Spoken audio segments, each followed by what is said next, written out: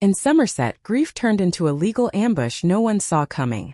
The day we buried my father, the clouds hung low and heavy over the fields. He'd worked this land his whole life, 15 acres of apple trees and pasture, each corner holding some trace of him. As people trickled away from the graveyard, my uncle Martin was already on the phone to our family solicitor. Even before the soil settled, probate needs to be straightforward, he told me, his tone clipped. We'll have the reading on Friday.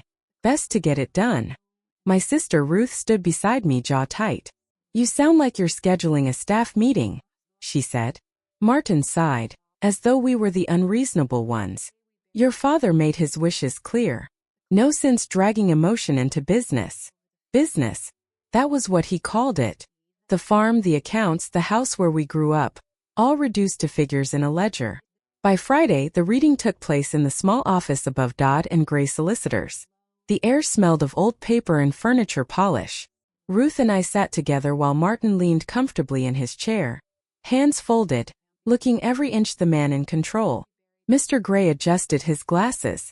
The last will and testament of Thomas Hensley, he began, executed on the 12th of March this year. He cleared his throat and read. To my brother Martin Hensley, I leave Hensley Farm in its entirety, with the understanding he will maintain its operations. Ruth gasped. I felt my pulse roar in my ears. That's not possible, I said. Father promised the farm would stay in family trust, shared between us. Martin tilted his head. He changed his mind after you left, Matthew. You know how much he valued consistency. He never told me he changed it. He didn't have to.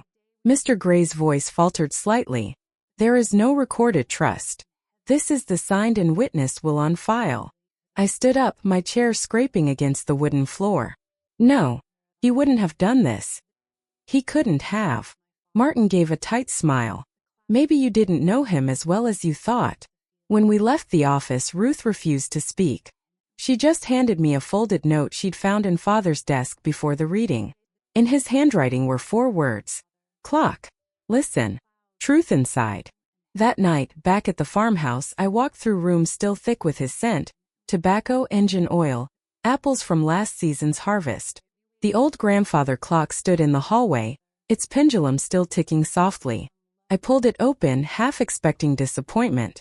But behind the lower panel, taped to the wood, was a small gray cassette recorder. I pressed play. For a moment only static. Then my father's voice, hoarse but clear.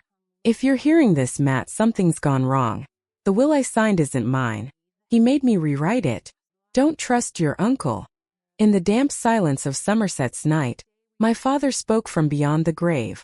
I sat cross-legged on the hallway floor, the grandfather clock looming over me, pendulum swaying like a metronome to my pulse. The tape hissed again, and then his voice returned, weaker, labored. He came that evening with papers and a witness from town. Said the solicitor needed it signed quick. Told me Ruth and you would ruin the farm with changes. I refused at first. Then he said he'd move me to a nursing home if I didn't. I was too tired to fight. I gripped the recorder, trembling. He'd been sick for months. I'd been away working construction in Bristol, visiting weekends when I could. Martin had moved in to help. If the date on the will says March, check the ledger in the old feed shed, the one with the red padlock. The truth's there. Don't let him sell what he didn't earn. The tape clicked off. Just like that, my father's last plea ended. Abrupt, unfinished, as though time itself had cut him short. I didn't sleep. I drove to Ruth's cottage before dawn, headlights slicing through mist. She opened the door in her robe, eyes wide. You look like you've seen a ghost, she said. I have, I answered. I played her the recording. When it ended, she pressed a hand over her mouth. He knew, she whispered. He knew what Martin was doing. By mid-morning we were at the farm's old feed shed. The red padlock hung there, rusty but intact. I fetched a hammer from the truck toolbox. Ruth hesitated. If he left this locked, maybe he wanted a solicitor to. Or maybe he knew the solicitor couldn't be trusted, I said. The lock snapped open with one swing. Inside, dust floated like tiny ghosts in the slanted light. I pushed aside sacks of grain and found an old farm ledger, bound in cracked leather. between accounts for fertilizer and fuel were pages written in my father's hand, notes on the land registry, maintenance costs, and at the very back an envelope marked March draft. I unfolded it carefully. Inside were copies of the original will, the one leaving the farm equally to Ruth and me, and 2 witness signatures, local names I recognized. Beneath that, in shaky pencil, Father had written, "Replaced under pressure. Ask Hannah Price." Hannah Price, Ruth said. She used to work at Dodd and Gray, didn't she? She did, I said. And she quit around the same time Martin started managing the farm. We drove straight to town. Hannah lived above the bookshop on Mill Street. When she opened the door, she looked startled to see us. "Matthew? Ruth? I was sorry to hear about your father. Did you witness him sign anything last March?" I asked. Her expression tightened. "You'd better come in." Over tea gone cold, she told us what happened. "Mr. Hensley, your uncle, came to the office saying your father couldn't travel. He brought papers already signed. I was asked to witness them in his stead, with Mr. Gray's junior clerk. It felt off, but I was afraid to speak." "So the will we heard wasn't even signed in front of Father?" Ruth said, incredulous. Hannah shook her head. "I saw him weeks later in town. He looked angry, said the papers weren't what he'd approved." I set the cassette on the table. "He left a recording. Enough to prove coercion." She stared at it, lips parted. "Then you have everything. But be careful, Martin's clever, and the firm's reputation is on the line." As we left, she caught my sleeve. "If you plan to challenge it, you'll need proof the voice is genuine. Don't let him destroy that tape." Outside, Ruth exhaled hard. "We'll need more than the tape," she said. "We'll need someone the court will believe." I looked across the road at Dodd and Gray's brass sign glinting in the morning light. "Then let's start with the man who read the will himself. Next, a visit to Mr. Gray uncovers a hidden conflict, and a quiet ally who risks everything to tell the truth." In the heart of sleepy Somerset, a lawyer's silence cracked like old varnish. By the time Ruth and I stepped through the narrow doorway of Dodd and Gray, the morning drizzle had thickened to a steady curtain of rain. The clerk behind the reception desk blanched when she saw us. "Mr. Gray's in conference," she said quickly. "We'll wait," I replied. My voice must have carried the edge of something that discouraged argument, because 10 minutes later, Mr. Gray himself appeared, immaculate in a charcoal suit that looked too polished for such a damp day. "Matthew. Ruth." He gestured toward his office. "I suppose this is about the will." I closed the door behind us and set the cassette recorder on his desk. "It's about this." His eyes flickered just once before he composed himself. "And what exactly is that?" Father's voice. "Recorded before he died. He says the will he signed isn't his. He names Martin." He sank into his chair, fingertips steepled. "Your father was a proud man," he began carefully. Don't," I cut in. "Don't start with platitudes. You read that will aloud knowing it didn't match his wishes." For a long moment, the only sound was rain tapping the window. Finally he exhaled. "I suspected something," he admitted softly. "The signatures looked rushed, inconsistent. But your uncle insisted it was all done properly. He said your father was too frail for visitors, and that Mrs. Price had verified the witness documentation." "Hannah told us she never saw him sign," Ruth said. "You knew." "I suspected," Gray corrected. "And I let it go. I shouldn't have." His voice dropped lower. "You must understand, I've known Martin since school. He came to me desperate, claiming your father's decisions would ruin the farm. He said it was for stability. So you looked the other way." His gaze fell to the recorder. "I did. And I regret it." Ruth crossed her arms. "You can regret it in front of a judge, then." But Gray shook his head. "You'll never get that far without authentication. That tape could be dismissed as fabrication unless it's verified by an expert. And the firm's board would fight any challenge tooth and nail. They can't afford a forgery scandal." I took a step closer. "Then help us. Redeem yourself." He hesitated. The veneer of professionalism cracked for a second, and something like shame showed underneath. "There is something," he murmured. "Every solicitor must log will revisions in a secure registry before final witnessing. Your father's first draft, the one he made last winter, was registered but never removed. Martin bribed a clerk to erase it from our local copy, but the National Archive in London still holds the timestamp. Ruth's eyes widened. So it's still traceable? Yes. But if you request it openly, Martin will hear immediately. He has connections inside the firm. You'll need someone the registry trusts. I can't make that request myself. It would expose my complicity. Then who can? I asked. He looked at Ruth. Your father's accountant, Elaine Mercer. She's independent, authorized to handle estate verifications. I believe she kept copies of every transaction Martin filed. Before we left, Gray reached into his desk drawer and handed me a single key, brass and tarnished with age. Your father left this here last spring. Said it was for his sons, plural. I thought he meant you and Martin. But now, he let the sentence die. I turned it over in my palm. What does it open? No idea, he said. He only said, it's for when they try to erase me. Outside, the rain had stopped, replaced by a sky the color of pewter. Ruth looked at the key glinting in my hand. He hid things everywhere, didn't he? Dad never trusted the system to save him, I said quietly. But maybe he trusted us. We walked back to the truck in silence. As I started the engine, Ruth leaned forward, staring at the brass key. You think it fits something at the farm? Maybe, I said. But first we find Elaine Mercer. If Gray's right, the registry file will bury Martin for good. Next, the accountant's records unlock a deeper conspiracy, and the brass key reveals what my father protected most. In a Somerset farmhouse thick with memory, truth hid beneath the dust and pine. We found Elaine Mercer in her modest office above the village bakery, her hair tied back and spectacles perched halfway down her nose. When I told her who I was, she froze mid-sentence. Thomas Hensley's boy, she said softly. He warned me this might come one day. She shut the door, drew the blinds, and gestured for us to sit. Your father suspected Martin was altering company accounts long before the will business. He started keeping private ledgers, cash sales, land lease renewals. Nothing went through official channels. Said he was protecting your inheritance from misuse. Ruth leaned forward. Do you still have them? Elaine nodded slowly. Half.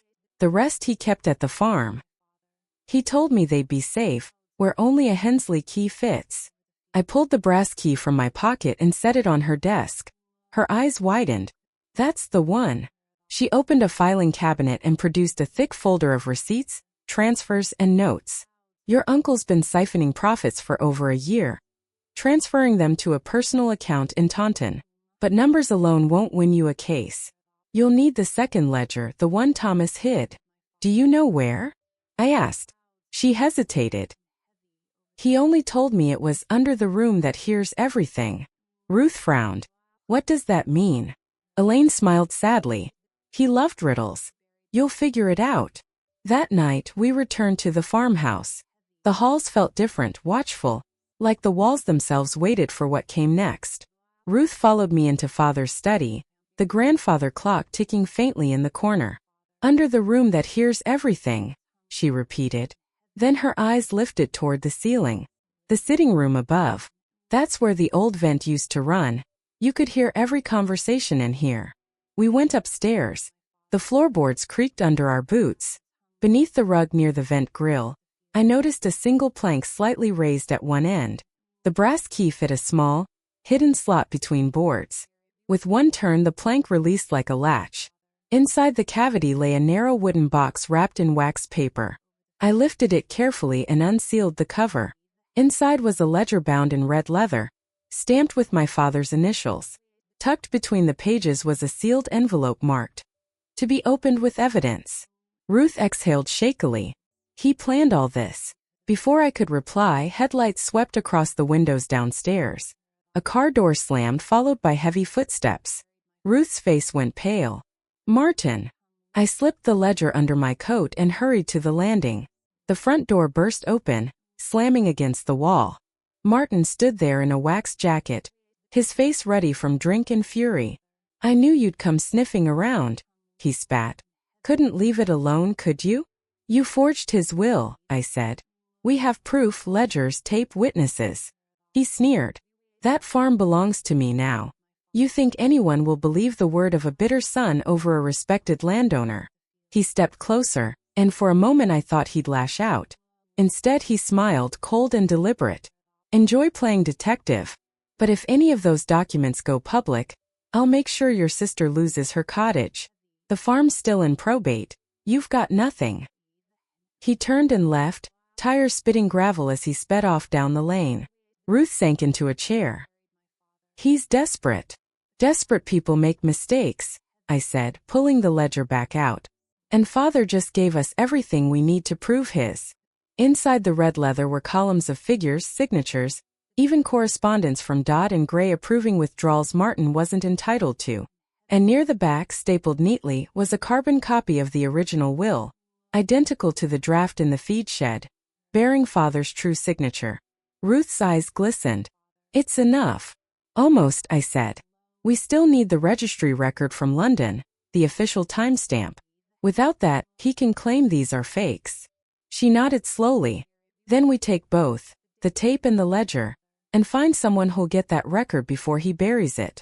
I looked out the window toward the orchard, where the wind bent the branches in restless arcs. Tomorrow, I said, we drive to London.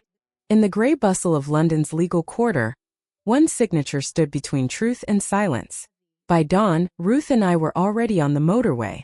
The red ledger and cassette recorder sat sealed in a cardboard box between us. Neither of us spoke much. The hum of tires was enough. When we reached the National Wool Registry office near Chancery Lane, drizzle glazed the stone steps and blurred the reflections of barristers rushing to work. Inside, everything smelled of paper, ink and fluorescent light. Behind a counter sat a middle-aged clerk with sharp eyes and a badge that read M. Pritchard. I handed her the request form I'd prepared overnight. We're looking for an archived will, I said. Filed by Thomas Hensley of Somerset, date around February or March this year. She scanned the paper, brow furrowing. You'll need authorization from the executor of the estate. My uncle is the executor, I said flatly. He forged that position. Her gaze flicked up to mine. Serious allegations, sir. I slid the envelope marked to be opened with evidence across the counter. Inside were copies of Father's note, the red ledger pages, and a typed summary of Martin's misdeeds. This was my father's instruction, I said. If someone tried to erase his true will, the registry record would be the proof. Please just check the timestamp. Pritchard hesitated, tapping her pen against the desk. Officially, I can't release confidential entries without probate authorization. Unofficially, Ruth asked quietly. The woman's lips twitched just slightly. Unofficially, if I were to confirm whether a file exists, I'd risk suspension. But suspension's not the same as dismissal. She disappeared through a heavy glass door. Minutes stretched painfully. I watched rain streak down the windows, my mind racing with every possible outcome. When she returned, she held a manila folder close to her chest. Registry entry WL 541, filed February 20th, she said in a low voice. Authenticated by Dodd and Gray. The corresponding entry for March, the forged one, was manually overwritten last month, which is illegal without both witnesses' consent. My throat tightened. You're sure? I printed the system log, she said, sliding a single page into our box. You didn't get it from me. Ruth blinked back tears. You've just saved our family. Pritchard shook her head. Not yet. Bring this to the probate court before he transfers title. After that, even truth won't matter. As we turned to go, she added softly, for what it's worth, your father came here once. Left a note for the file clerk. He said, if my children ever ask, give them what's fair. We reached Somerset by evening. The orchard glowed faintly under a bruised sky. Inside the farmhouse, I set the box on the kitchen table. Ruth placed the cassette beside it, the tape's label smudged from my fingers. We need to move fast, she said. Probate hearings Tuesday. He'll try to finalize before then. I'll go to the magistrate first thing, I replied. And we'll need Gray and Hannah as witnesses. Their statements plus the registry log. It's enough. Ruth nodded, though her eyes were distant. He's not going to let this go easily. As if summoned by her words, tires crunched on the gravel outside. Headlights swept across the window. I stepped to the door. Martin's Range Rover idled in the yard. He got out slowly, hands deep in his coat pockets, the rain flattening his hair. "I hear you've been busy," he said. "Running to London. Stirring up nonsense." "I have what I need," I said. "The registry record, the ledgers," Dad's voice. "You're finished, Martin." He gave a small, humorless laugh. "You think a magistrate will destroy a lifetime of my work because of one tape? You forget, Matt. Reputation is louder than evidence." I didn't move. "Then you'd better hope the court prefers noise to truth." He leaned close, rain dripping from his collar. "You've just declared war on family. Don't expect mercy." When he drove off, his tires tore furrows through the mud. I stood there long after the taillights vanished, listening to the clock inside ticking steadily, like it had all along, counting down. Ruth joined me at the doorway. "Tuesday," she said. "That's when it ends." I looked at the farmhouse, at the lights glowing warm against the rain. "No," I murmured. "That's when it begins again." In the Somerset probate court, justice arrived with the steady tick of an old clock. Tuesday dawned clean and cold, sunlight striking the courthouse windows like shards of glass. Ruth and I sat at the claimant's table while Martin and his solicitor, Mr. Halley, settled across the aisle. The box with Father's evidence rested at my feet, the red ledger, the registry printout, and, carefully wrapped, the cassette recorder from the grandfather clock. The magistrate, Judge Penrose, presided with a calm so precise it felt surgical. "This hearing concerns the disputed estate of the late Mr. Thomas Hensley," she began. "The claimant, Mr. Matthew Hensley, alleges the defendant, Mr. Martin Hensley, presented a forged will to gain sole inheritance. Let's proceed." Halley rose first. "Your Honor, these accusations stem from emotion, not fact. My client cared for his dying brother, managed the farm responsibly, and executed a valid testament witnessed by the law." Penrose nodded toward me. "Mr. Hensley, your response?" I stood, heart hammering. My father didn't sign that document freely. He left behind evidence, audio testimony and financial records, showing he was coerced, and that the March will replaced an earlier version filed in February. Halley laughed under his breath. "Audio? Your Honor, the dead cannot testify." But Penrose raised a hand. "Let him present it." I set the recorder on the bench, the same one that had lived inside Father's clock for years. The clerk pressed play. Static filled the chamber, sharp and eerie. Then came my father's voice, rasping but unmistakably his. "If you're hearing this, it means Martin's done what I feared. He brought papers when I was too weak to fight. The will I signed is not mine. The real one's in the registry, February entry. Find it, Matt. Protect the land." Every sound in the courtroom seemed to vanish after that. The tape clicked to an end. Martin's face went pale, then blotched red. "That could be anyone," he snapped. "A cheap imitation." Judge Penrose leaned forward. "The court has reviewed expert analysis confirming the voice print matches Thomas Hensley's prior recordings from his business logs. And we have the February registry entry, authenticated by Ms. Pritchard from the National Archive." Halley scrambled. "Your Honor, even if that were true, the later will supersedes any previous." "Not if signed under duress," Penrose interrupted crisply. She turned to Gresham, the solicitor who'd finally agreed to testify after confessing his oversight. "Mr. Gresham, you witnessed both drafts?" He nodded, voice low. "Yes.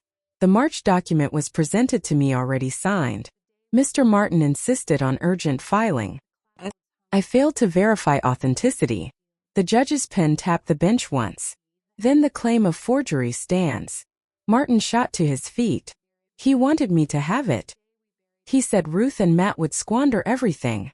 "Enough," Penrose said, her tone slicing through the room. "What he wanted is written, spoken, and sealed threefold. You replaced his will, falsified witness statements, and misused estate funds.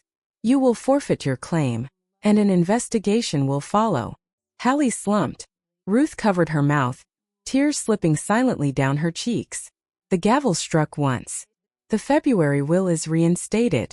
The Hensley farm is to be divided equally between Matthew and Ruth Hensley." Court adjourned. Martin's face twisted. Disbelief curdled into bitterness. "You think you've won?" he hissed as I gathered the documents. That farm will rot before you make it work. I looked him straight in the eye. It's already alive again, Martin. You just couldn't hear it ticking. Outside, reporters clustered near the steps, their voices buzzing. Ruth and I ignored them, walking straight toward the car. The sky had broken open with sunlight, gold on the wet pavement. Dad would have liked this, Ruth murmured. The truth landing in broad daylight. I nodded, glancing at the clock hand I'd unscrewed from the recorder earlier, the tiny brass piece Father had once polished every Sunday. He always said clocks keep honest time. Turns out so does justice. In Somerset's golden autumn, the land finally echoed my father's voice again. 3 months after the hearing, the farm was ours in every sense. The fields that had once stood half-neglected were green again, the orchard heavy with fruit. Ruth managed the books while I worked the soil, the rhythm of tractors and wind in the hedgerows replacing the sound of courtroom clocks. The local paper ran the story under a simple headline: Forgery at Hensley Farm exposed by son's evidence. They didn't print the darker details. How Martin's accounts were seized, how the investigators found half the farm's profits funneled through offshore transfers. He accepted a suspended sentence for fraud and tax evasion. I never went to the sentencing. The idea of watching him plead didn't feel like victory, just relief that it was over. One afternoon, as the last apples were loaded into crates, Ruth handed me a parcel wrapped in brown paper. Came by courier, she said. Inside was the old cassette recorder. Attached was a note in Judge Penrose's neat handwriting. Returned by court order. Its duty fulfilled. I smiled. He'd like that, I said. That night, I brought the recorder to the farmhouse and set it back in the grandfather clock, behind the pendulum where it had always rested. I didn't press play. I just listened to the ticking, steady, patient, timeless. Ruth joined me by the hearth, the light from the fire flickering on the clock's face. We should restore the farmhouse properly, she said. Keep the Hensley name clean. We already did, I replied. We restored what mattered, honesty. Outside, the orchard shimmered under moonlight, rows of trees moving like slow waves. The same land our father had worked, the same land he'd feared losing to greed, was ours again, not just in title but in purpose. We'd opened the farm for community use, offering part of the harvest to local families, just as he'd always planned. The villagers came by that week, some bringing casseroles, others tools or advice, and the place that had once carried whispers of scandal filled instead with laughter. The air felt lighter. Even the clock seemed to tick a little louder, as if proud of the role it had played. A few nights later I stood by the window watching mist roll through the orchard. In the reflection, I saw the brass clock hand I'd kept on the mantel, the piece I'd carried through the trial as a reminder of him. I picked it up, the metal warm from the firelight. Dad, I said quietly, we found the truth. You can rest now. Behind me the clock struck midnight, one deep, resonant tone that filled the room and faded slowly, beautifully into silence.